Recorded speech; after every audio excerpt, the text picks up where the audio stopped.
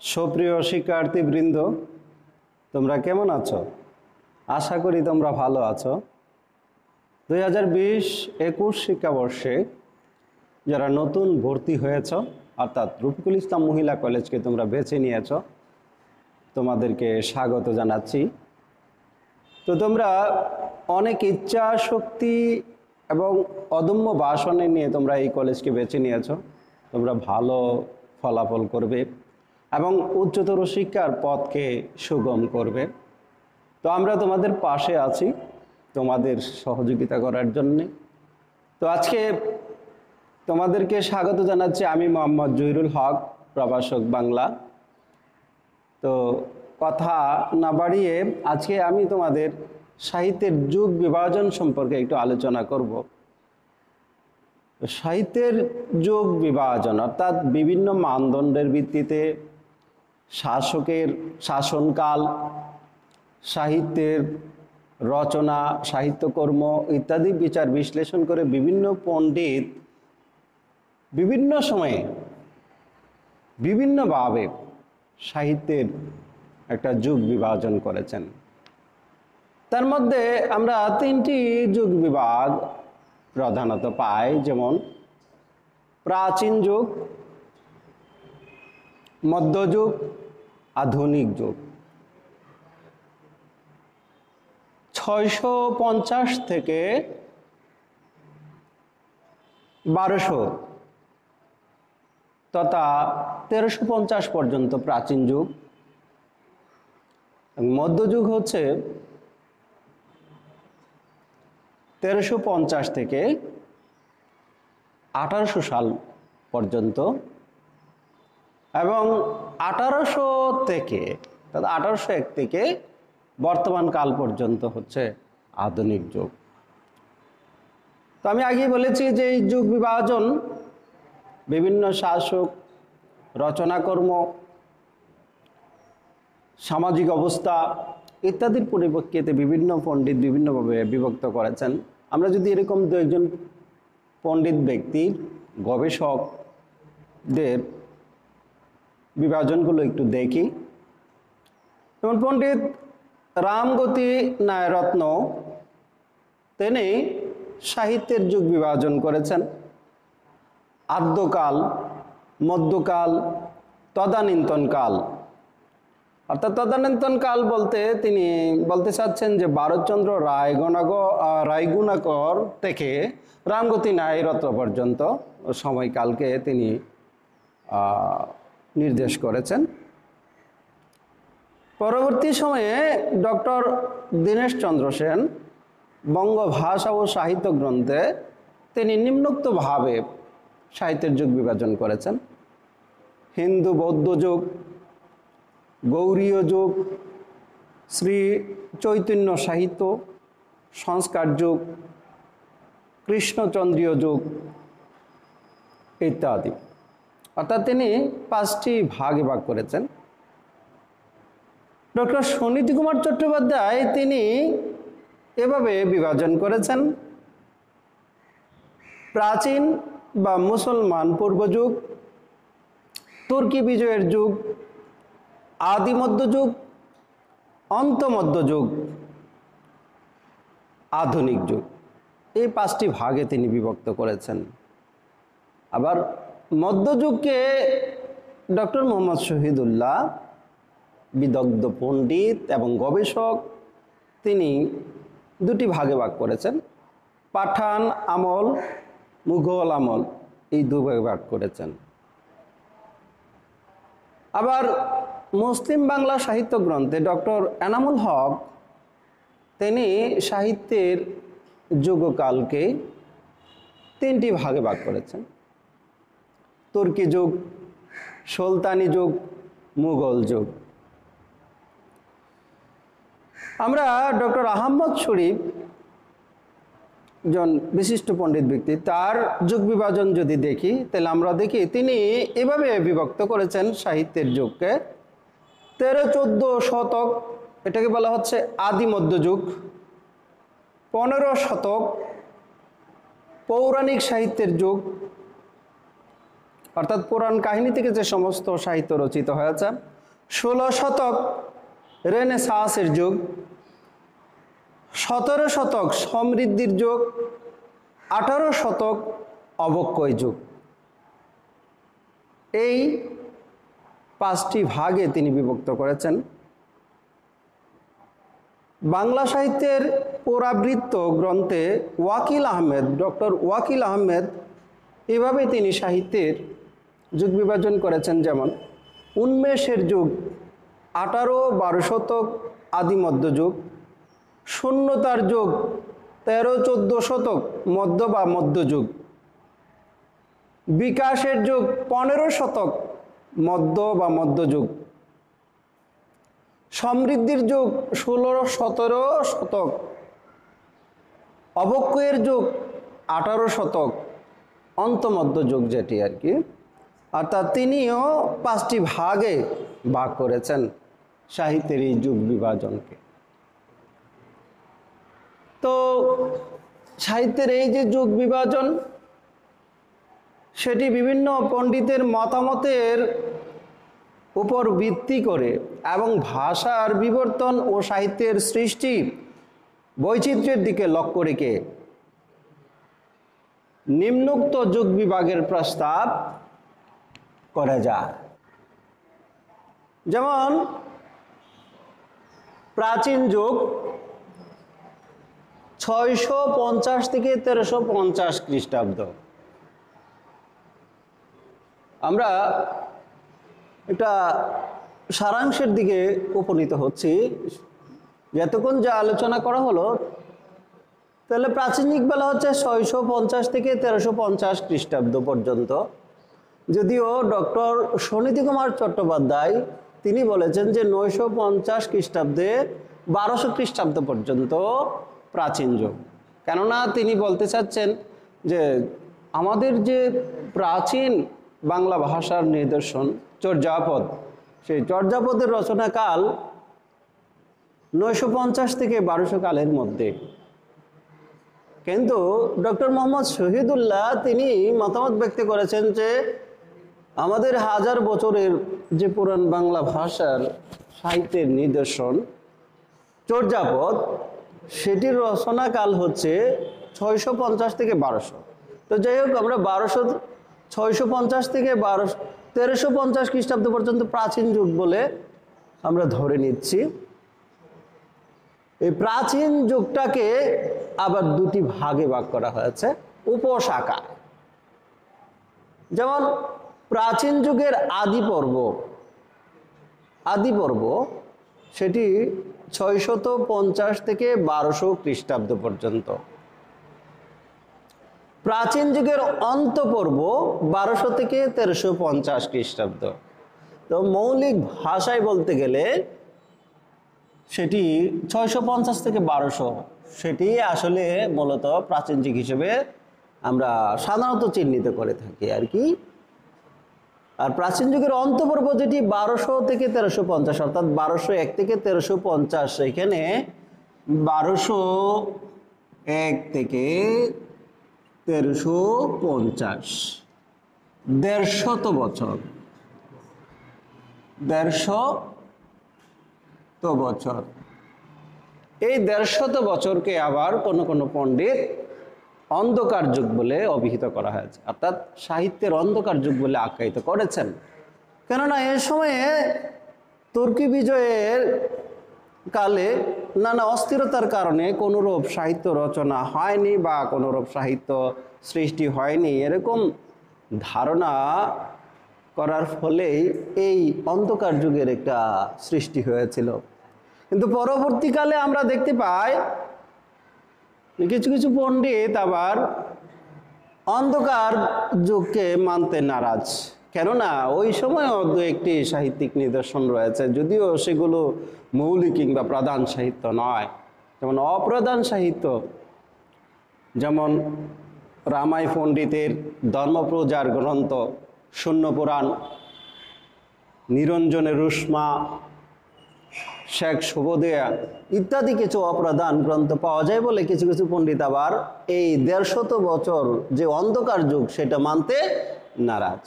কিন্তু আলোচনায় সেটি রয়েছে, অন্ধকার যুগ বলে একটি কথা রয়েছে, সেটি হচ্ছে 1201 থেকে 1350, অর্থাৎ এই 150 বছর কাল অন্ধকার যুগ বলে বাংলা সাহিত্যে অভিহিত করা আছে। তো প্রাচীন যুগের এই যে প্রাচীন যুগ আমরা ধরে নিলাম, এই কয়টি প্রাচীন যুগের আদি পর্ব, প্রাচীন যুগের অন্ত পর্ব সবগুলো মিলে 650 থেকে 1350 প্রাচীন যুগ। এই প্রাচীন যুগের শ্রেষ্ঠ নিদর্শন আমাদের 1000 বছরের পুরাণ বাংলা ভাষায় রচিত বৌদ্ধদের সাধন ভজন তত্ত্ব, গানের সংকলন চর্যাপদ, যার কথা ইতিপূর্বে আমি বলেছি। আমাদের মহামহোপাধ্যায় হরপ্রসাদ শাস্ত্রী মহাশয় তিনি নেপালের রাজদরবার অর্থাৎ রয়্যাল লাইব্রেরি রাজগ্রন্থাগার থেকে এই মহামূল্যবান এই বইটি আবিষ্কার করেছিলেন, যার ভাষা নিয়ে বিভিন্ন পণ্ডিত বিভিন্ন সময় মতামত ব্যক্ত করেছেন। অনেকে বলেছেন যে এর মধ্যে বিভিন্ন ভাষার প্রভাব লক্ষ্য করা যায়, যেমন হিন্দি, আসামি, উড়িয়া, মৈথিলি ইত্যাদি ভাষার প্রভাব লক্ষ্য করা যায়। কিন্তু ডক্টর সুনীতি কুমার চট্টোপাধ্যায় এবং ডক্টর মোহাম্মদ শহীদুল্লাহ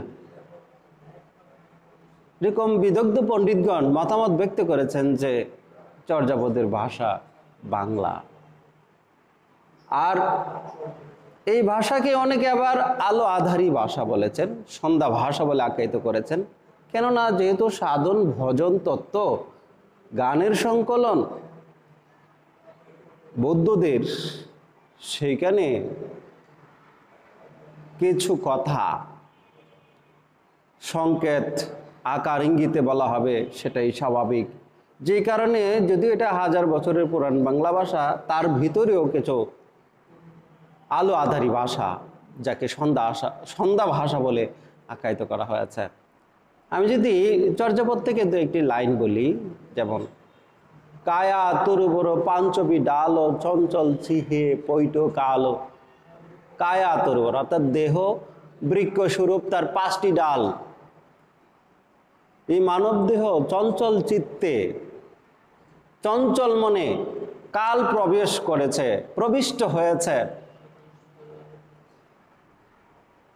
যেমন চর্যাপদে ভাষা যদি আরেকটু দেখি, তার মধ্যে একটা প্রবাদ রয়েছে, কয়েকটি প্রবাদ রয়েছে। যেমন একটি প্রবাদ, আপনা মাংসে হরিণা বৈরী, যে আপন মাংসের জন্যই হরিণ নিজের শত্রু, অর্থাৎ হরিণ নিজেই নিজের শত্রু। কারণ তার শরীরের সুস্বাদু মাংসের জন্যই অন্যান্য প্রাণী, হিংস্র প্রাণী থেকে শুরু করে অন্যান্য প্রাণী যারা মাংসাশী, তারা কিন্তু তার মাংস ভক্ষণ করছে।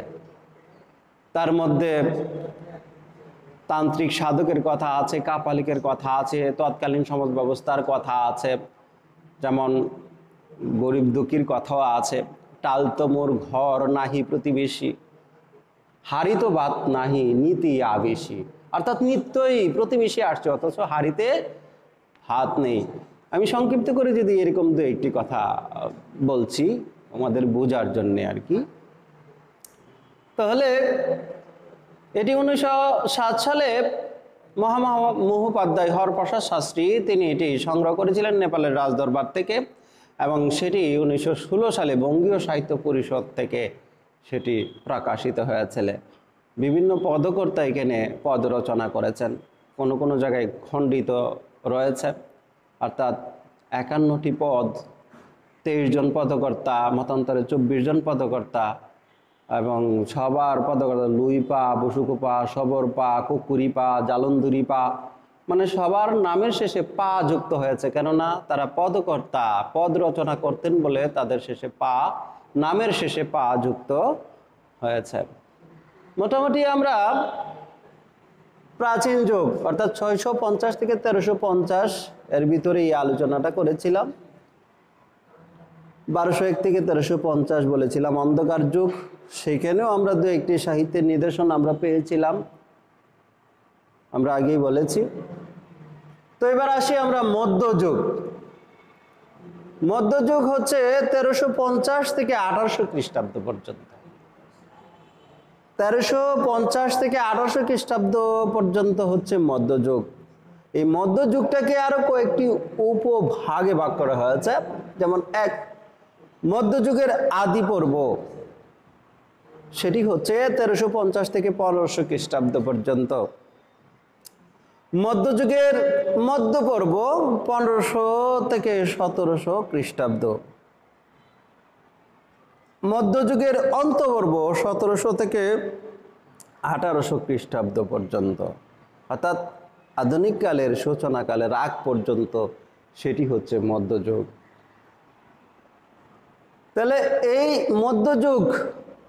মধ্যযুগের যে সাহিত্য সেটি হচ্ছে যে দেবদেবী নির্ভর সাহিত্য। আর সবচেয়ে গুরুত্বপূর্ণ সাহিত্য সেটি হচ্ছে শ্রীকৃষ্ণ কীর্তন, যেটি 1909 সালে বাঁকুড়া জেলার কোনো এক গৃহস্থের গোয়ালঘর থেকে আবিষ্কৃত হয়েছিল এই মহামূল্যবান পুঁথি, যেখানে 13টি কণ্ঠে রাধাকৃষ্ণের প্রেমলীলা বিষয়ক এই গ্রন্থটি বড়চণ্ডী দাস রচনা করেছিলেন এবং বসন্ত রঞ্জন রায় বিদ্যুৎ বল্লভ সেই গ্রন্থটি উদ্ধার করেছিলেন এবং 1916 খ্রিস্টাব্দে বঙ্গীয় সাহিত্য পরিষদ থেকে সেটি প্রকাশিত হয়েছিল বা প্রকাশ করেছিলেন। তো আমরা মধ্যযুগের যে সাহিত্যের একটি যুগ বিভাজন, মানে মধ্যযুগের সাহিত্যকে যদি আমরা একটু শ্রেণীকরণ করতে যাই, আমরা দেখব যে মৌলিক সাহিত্য, আবার রয়েছে অনুবাদ সাহিত্য। তাহলে আমরা দেখতে পাচ্ছি যে মধ্যযুগের যে সাহিত্য সেটাকে আমরা আরো কয়েকটি ভাগে যদি শ্রেণীকরণ করি, যেমন মৌলিক রচনা। মধ্যযুগে যে সাহিত্য রচনা করা হয়েছে তার মধ্যে মৌলিক রচনা রয়েছে যেমন শ্রীকৃষ্ণ কীর্তন, বৈষ্ণব পদাবলী, মঙ্গল কাব্য, জীবনী সাহিত্য, নাচ সাহিত্য ইত্যাদি। তার মধ্যে উল্লেখযোগ্য হচ্ছে শ্রীকৃষ্ণ কীর্তন, যার কথা ইতিপূর্বে বলেছি। তার ভাষা হচ্ছে এরকম, আমি যদি তার থেকে একটি অংশ, একটি কবিতার অংশ আমি যদি বলি, যেমন কেনা বাসি বায়ে বড়াই কালিনী নৈকুলে, কেনা বাসি বায়ে বড়াই গোটো গোকুলে, বাঁশির সুরে আওলাইল মোর রন্ধন, ব্যাকুল শরীর মোর ব্যাকুল মন। অর্থাৎ আমরা দেখেছি চর্যাপদের যে ভাষা ছিল 1000 বছর আগে, তার থেকে মধ্যযুগে এসে ভাষা অনেকটা পরিণতি লাভ করেছে। যেমন কেনা বাসি বায়ে বড়াই, যে বড়াই, রাধা বড়াইকে বলছে, তার প্রেমের দূত বড়াই শ্রীকৃষ্ণের কাছে যিনি সংবাদ বহন করে থাকতেন, বড়াইকে বলছে যে কে জানি বাঁশি বাজাচ্ছে ওই কালিন্দী নদীর কোলে, ওই বাঁশির শব্দে আমার রান্না এলোমেলো হয়ে যাচ্ছে, আমি যখন রান্না করতে বসি তখন সে বাঁশি বাজাচ্ছে, আর তার এই বাঁশির শব্দে আমার রান্না এলোমেলো হচ্ছে, আমার মন অস্থির হয়ে যাচ্ছে, এরকম। তারপরে দেবদেবী নির্ভর সাহিত্য, মর্ষিয়া সাহিত্য ইত্যাদি ছিল তখনকার সময়ে মধ্যযুগের উল্লেখযোগ্য, অর্থাৎ দেবদেবী নির্ভর সাহিত্য। তার মধ্যে আরেকটি গুরুত্বপূর্ণ শাখা ছিল অনুবাদ সাহিত্য। এই অনুবাদ সাহিত্যটা আবার অনুবাদ করা হয়েছিল সংস্কৃত ভাষা থেকে, আরবি, ফার্সি, হিন্দি থেকে। যেমন সংস্কৃত ভাষা থেকে অনুবাদ করা হয়েছে রামায়ণ, মহাভারত, ভাগবত ইত্যাদি বিখ্যাত গ্রন্থ। আরবি, ফার্সি, হিন্দি থেকে অনুবাদ করা হয়েছে রোমান্টিক প্রণয় প্রজ্ঞান। আমি যদি একটি উদাহরণ দেই, যেমন ইউসুফ জুলেখা, লাইলি মজনু, গুলে বকাওলি, ময়নামতি, লুরোচন্দ্রানী ইত্যাদি অনেকগুলো রোমান্টিক প্রণয় প্রজ্ঞান এই মধ্যযুগে রচনা করা হয়েছে। তো মোটামুটিভাবে মধ্যযুগের আমরা মৌলিক কথাগুলো বললাম। পরবর্তীতে মৌলিক যুগের অর্থাৎ মধ্যযুগের শেষ দিকে ভারতচন্দ্র রায়গুণাকরের পরে এবং আমাদের বাংলা সাহিত্যের এক বিপ্লবী কবি, বিদ্রোহী কবি মাইকেল মধুসূদন দত্তের আগে মাঝখানে অর্থাৎ আধুনিকতার সূত্রপাত করেছিলেন, যার নাম বলতে হয় ঈশ্বরচন্দ্র গুপ্তকে। অর্থাৎ তার সময়কালটি আমরা যদি একটু দেখি,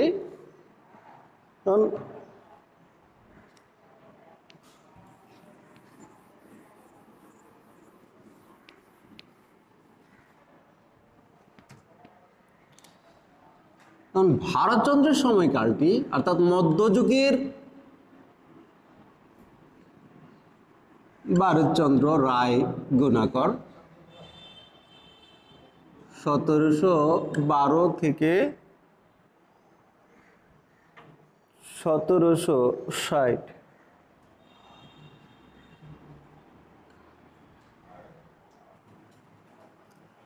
আমরা যদি দেখি ভারতচন্দ্র রায় গুণাকর তার সময়কাল, জীবৎকাল হচ্ছে 1712 থেকে 1760। ঈশ্বরচন্দ্র গুপ্ত তার সময়কাল হচ্ছে 1812 থেকে 1859। মাইকেল মধুসূদন দত্ত তার জীবৎকাল 1824 থেকে 1873। এই যে মাঝখানে রয়েছে ঈশ্বরচন্দ্র গুপ্ত 1812 থেকে 1859, অর্থাৎ তিনি হচ্ছেন আমাদের যুগ সন্ধিক্ষণের কবি। ভারতচন্দ্র রায় গুণাকরের শেষে 1760-এর পরে ঈশ্বরচন্দ্র গুপ্ত বাংলা সাহিত্যে যখন হাল ধরেন, তখন তার মধ্যে কিছু আধুনিকতার লক্ষণ প্রকাশ পায়, কিন্তু তিনি যুগ সন্ধিক্ষণের কবি, তার মধ্যে আধুনিকতার লক্ষণ প্রকাশ পেলেও তিনি প্রাচীনকে ছাড়তে পারেননি। অর্থাৎ তার মধ্যে দুই ধারার সাহিত্য আমরা দেখতে পাই, একটা প্রাচীনপন্থী, একটা আধুনিকতার ছোঁয়া তার সাহিত্যে আমরা দেখতে পাই।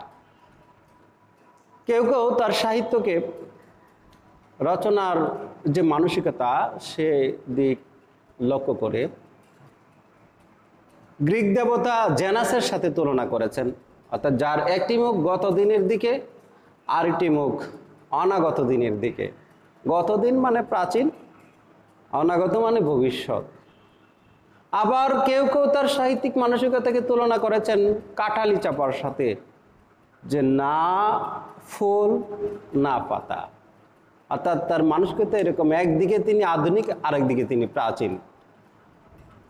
অর্থাৎ প্রাচীন যুগের এবং আধুনিক যুগের যে যুগ সন্ধিক্ষণ, প্রাচীন যুগ এবং আধুনিক যুগ, এই উভয় যুগ যোজনার এক নব প্রজাপতি হচ্ছেন ঈশ্বরচন্দ্র গুপ্ত। কারণ তার সাহিত্যে আমরা যদি দু একটি উদাহরণ দেই, একটি উদাহরণ যেমন তিনি বলছেন তার মধ্যে যে দেশপ্রেম ছিল, ভাতৃভাব ভাবি মনে দেখো দেশবাসী গণে, প্রেম পূর্ণ নয়ন মেলিয়া কত রূপ স্নেহ করি, দেশের কুকুর দড়ি বিদেশের ঠাকুর ফেলিয়া। অর্থাৎ তার এই কথার মধ্যে যে দেশপ্রেম ফুটে উঠেছিল, তা আমরা সেটি দেখতে পাই। তার মধ্যে আবার রঙ্গরসের কবিতাও ছিল। আবার একদিকে তিনি নারী শিক্ষার কথা বলেছেন, নারীকে শিক্ষিত করার কথা বলেছেন, আবার নারীর শিক্ষার বিরোধিতা করেছেন। যেমন তিনি একটি কবিতায় বলেছেন, আর কিছুদিন গেলে পরে পাবে পাবে দেখতেই পাবে, ওরা আপন হাতে হাঁকিয়ে বগি গড়ের মাঠে হাওয়া খাবে। তার এই যে তৎকালীন সময়ে তার যে এই বক্তব্য, সেটার বাস্তবতা রয়েছে, কিন্তু তিনি কিন্তু কটাক্ষ করেছেন। তিনি কটাক্ষ করেছেন নারী শিক্ষাকে। একদিকে নারী শিক্ষাকে তিনি কটাক্ষ করেছেন, অন্যদিকে দেশপ্রেম তার মধ্যে ছিল, নারী শিক্ষার কথাও বলেছেন। একদিকে ব্রিটিশের রাজত্ব ঘোষণা করেছেন, আরেকদিকে ব্রিটিশদের বিরুদ্ধে বলেছেন তুমি মা কল্পগুরু, আমরা সব পোষা গরু, শিখিনি সিং বাঁকানো, কেবল খাবো ফুল বিচালি ঘাস, যেন রাঙ্গা আমলা গামলা ভাঙ্গে না, আমরা ভুসি খেলেই খুশি হব, ঘুষি খেলে বাঁচব না। এই যে ব্রিটিশদের বিরুদ্ধে তার অকপট উচ্চারণ, কাজেই তার মধ্যে প্রাচীন মনোভাব এবং আধুনিকতার সূত্রপাত দুটি লক্ষ্য করা যায়। কিন্তু বাংলা সাহিত্যে সবচেয়ে আধুনিকতার অর্থাৎ আধুনিক কাল তো সেটি বলছে যে 1800 থেকে বর্তমান কাল পর্যন্ত, তার মধ্যে আদি পর্ব, আধুনিক কালের যে আদি পর্ব 1800 থেকে 1858 খ্রিস্টাব্দ, মধ্যপর্ব 1858 থেকে 1900 সাল পর্যন্ত, অন্তপর্ব 1900 সাল থেকে বর্তমান সাল পর্যন্ত বাংলা সাহিত্যে নবজাগরণ নিয়ে এসেছিলেন সাহিত্যের মধ্যে, এবং সাহিত্যের আধুনিকতার সূত্রপাত করেছেন কাব্যক্ষেত্রে মাইকেল মধুসূদন দত্ত। তিনি বাংলা কবিতায় নতুন প্রাণ সঞ্চার করলেন। মধ্যযুগীয় সাহিত্য অঙ্গন থেকে, দেবদেবী নির্ভর সাহিত্য থেকে তিনি বেরিয়ে এসে তিনি বাংলা সাহিত্যকে নতুন প্রাণ দিলেন, মানবিকতার জয় ঘোষণা করলেন, যেখানে দেশপ্রেম, ব্যক্তি স্বাতন্ত্র্যবোধ, মানবিকতা, নারী প্রেম, নারী স্বাধীনতা ইত্যাদি বিষয় তিনি তার সাহিত্যে সংযোজন করলেন। তিনি বিখ্যাত পুরাণ কাহিনী অর্থাৎ রামায়ণের যে কাহিনী, মেঘনাদ বধ কাব্যে তিনি সেটাকে নতুন করে সাজিলেন। তিনি রাবণকে নায়ক করে তিনি এক নতুন প্রাণ দান করতে সক্ষম হয়েছেন। অর্থাৎ চিরাচরিত সাহিত্যের যে ধারা সেটাকে তিনি ভেঙে নতুন ধারায় তিনি সংযোজন করলেন। কারণ রামায়ণে দেখা গেছে রাবণ রাক্ষস কুল, তার কুশল বর্ণনা করাই, তার কুকীর্তি বর্ণনা করাই ছিল একমাত্র উদ্দেশ্য, কিন্তু তার মধ্যে যে দেশপ্রেম, তার মধ্যে যে সাহস, বীরত্ব, আত্মভাবনা ইত্যাদি ছিল, সে বিষয়টি মাইকেল মধুসূদন দত্ত দেখাতে চেয়েছেন।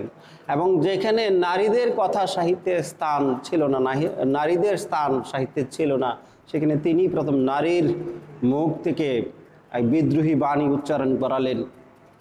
যেমন প্রমীলা বলছে, কি কহিলি বাসন্তী প্রতি গৃহ ছাড়ি, বহিরাই জবে নদী সিন্ধুর উদ্দেশ্যে,